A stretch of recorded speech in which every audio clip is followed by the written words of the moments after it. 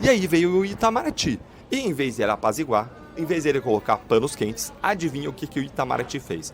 Ele colocou mais lenha na fogueira, jogou gasolina para apagar o fogo, foi ao X atacar o Marco Rubio, dizendo, olha aqui, ó, que as instituições democráticas brasileiras deram a sua resposta ao golpismo. E olha o que o Itamaraty seguiu dizendo.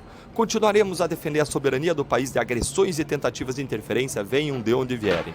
Ameaças como a feita hoje pelo secretário de Estado americano, Marco Rubio, em manifestação que ataca a autoridade brasileira e ignora os fatos e as contundentes provas dos autos, não intimidarão a nossa democracia.